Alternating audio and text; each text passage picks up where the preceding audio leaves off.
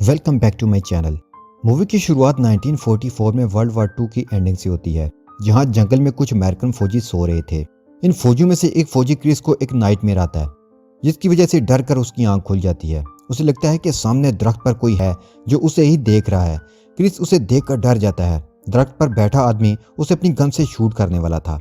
ये देखकर वो अपनी आंखें बंद कर लेता है, लेकिन कुछ वक्त गुजर जाता है, उसे गोली नहीं लगती। वो आंखें खोलता है, लेकिन उसे वहां कोई भी नजर नहीं आता। अगली सुबह उनका ग्रुप आउटपोस्ट की तरफ जाता है।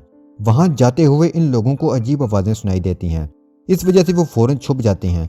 वहां उनके दुश्मनों की जीप थी, जिसे वो ब्लास्ट करके उनके पास जाते हैं और बचे हुए सोल्जर्स को मारने लगते हैं। क्रिस के साथी एक जख्मी सोल्जर के जबड़ों से सोने का दान निकाल लेते हैं। फिर वो उनका मैप लेकर उनकी पोस्ट का पता लगाते हैं।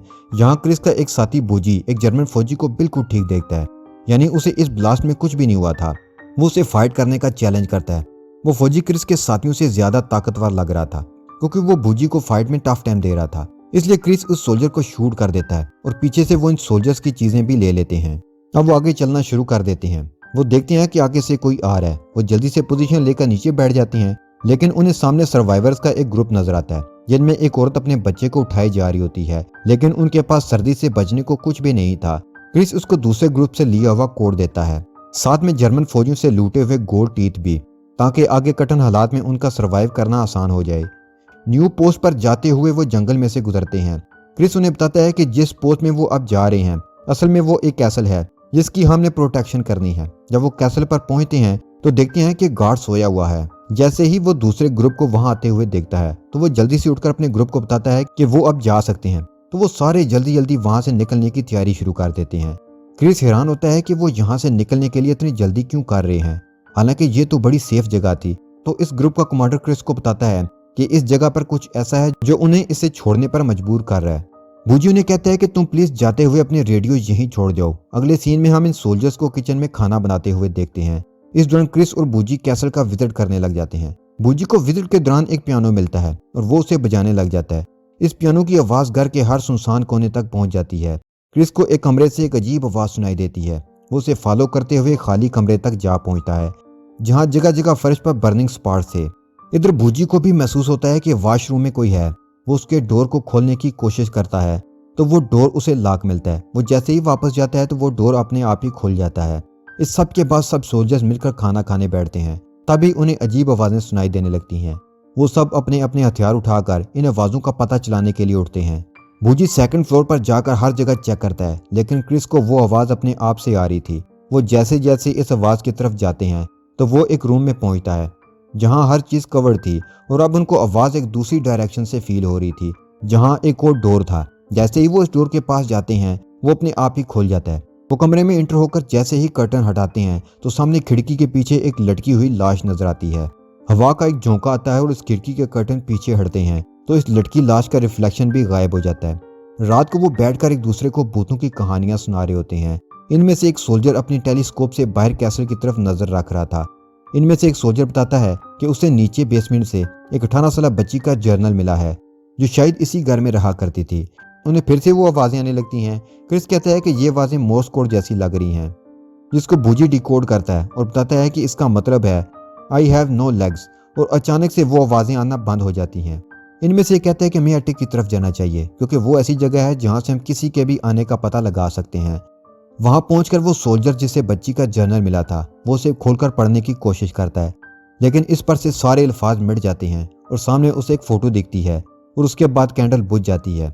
जब वो अपने लाइटर से कैंडल को वापस जलाता है तो इस फोटो में जो फैमिली होती है वो गायब हो जाती है, और जहां अटैक की विंडो में राइफल लिए खड़े फौजी को अपने पीछे से कोई गुजरते हुए महसूस होता है, जिसे वो इग्नोर कर देता है। जैसे ही वो बाहर चीजों पर फोकस करके देख रहा होता है तो उसे एक लड़की की डेड बॉडी हैंग हुई नजर आती है। जैसे ही वो दोबारा उस जगह देखता है तो वो डेड बॉडी गायब हो चुकी होती है। वो फिर भी उसे ढूंढने की कोशिश करता है, तभी अचानक एक गोस्ट लड़का उसके टेलीस्कोप के सामने आ जाता है। इससे वो काफी डर जाता है। उसकी अगली सुबह हम क्रिस, बूजी और उसके दोस्त को बालकोनी में बैठे देखते हैं, जहां वो उस पर बहस कर रहे थे कि वो ट्रूप इतनी जल्दी क्यों चले गए, और साथ साथ अजीब आवाजें, लड़की की लाश और बाकी डराने वाली चीजें।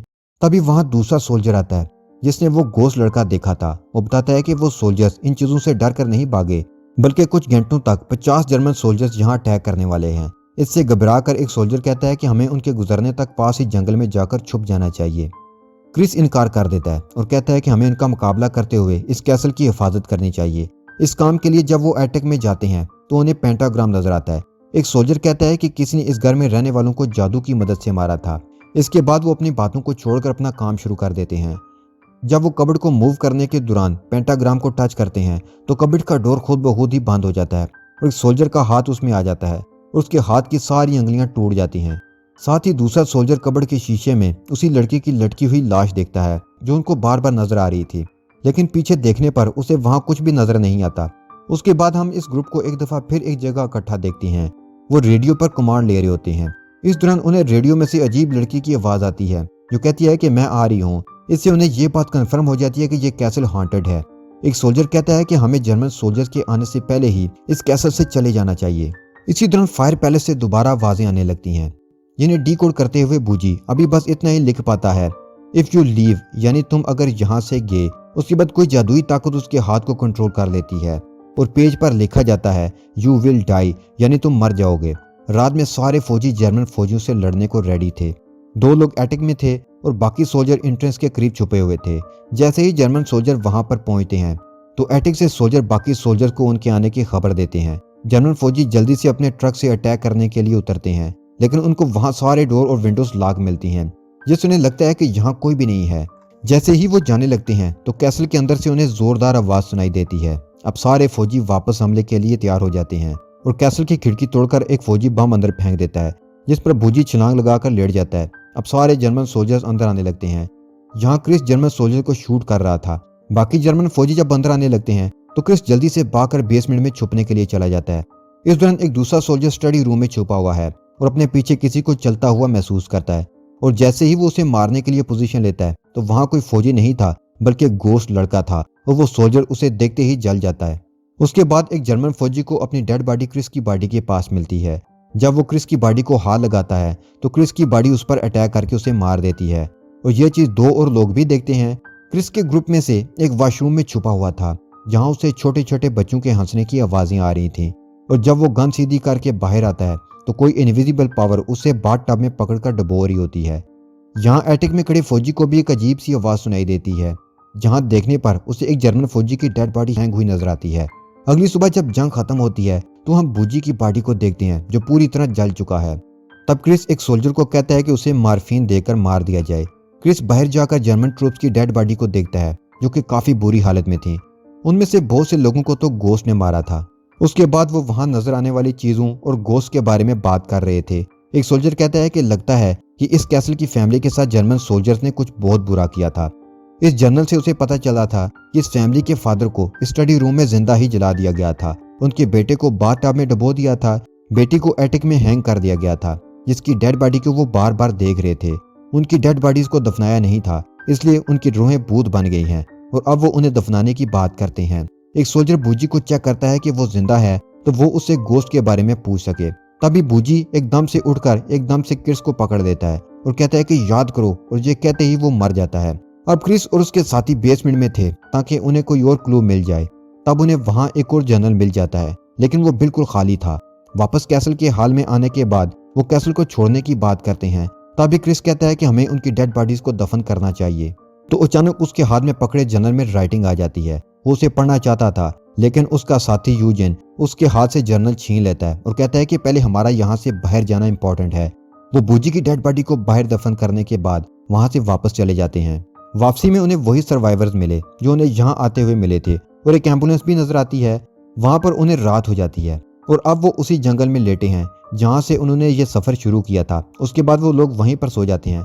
अगली सुबह जब वो उठते हैं तो उन्हें जमीन पर कुछ लिखा हुआ नजर आता है। वो वहां से निकलते हैं तो उन्हें दोबारा रास्ते में वही एम्बुलेंस नजर आती है जो उन्हें कैसल से निकलते हुए मिली थी। यहाँ से चलते हुए वो दोबारा कैसल पहुंच जाते हैं। यहाँ उन्हें पता चलता है कि वो एक ट्रैप में फंस चुके हैं। जब वो जर्नल को पढ़कर इस जंगल में मिली लिखाई को डिकोड करते हैं तो उन्हें पता चलता है कि ये एक मुस्लिम कर्स है, जिससे जब कोई बुराई को बढ़ने देगा तो वो बुराई उसके पीछे पड़ जाएगी और वो जहां भी जाएंगे वापस इसी कैसल में आ जाएंगे।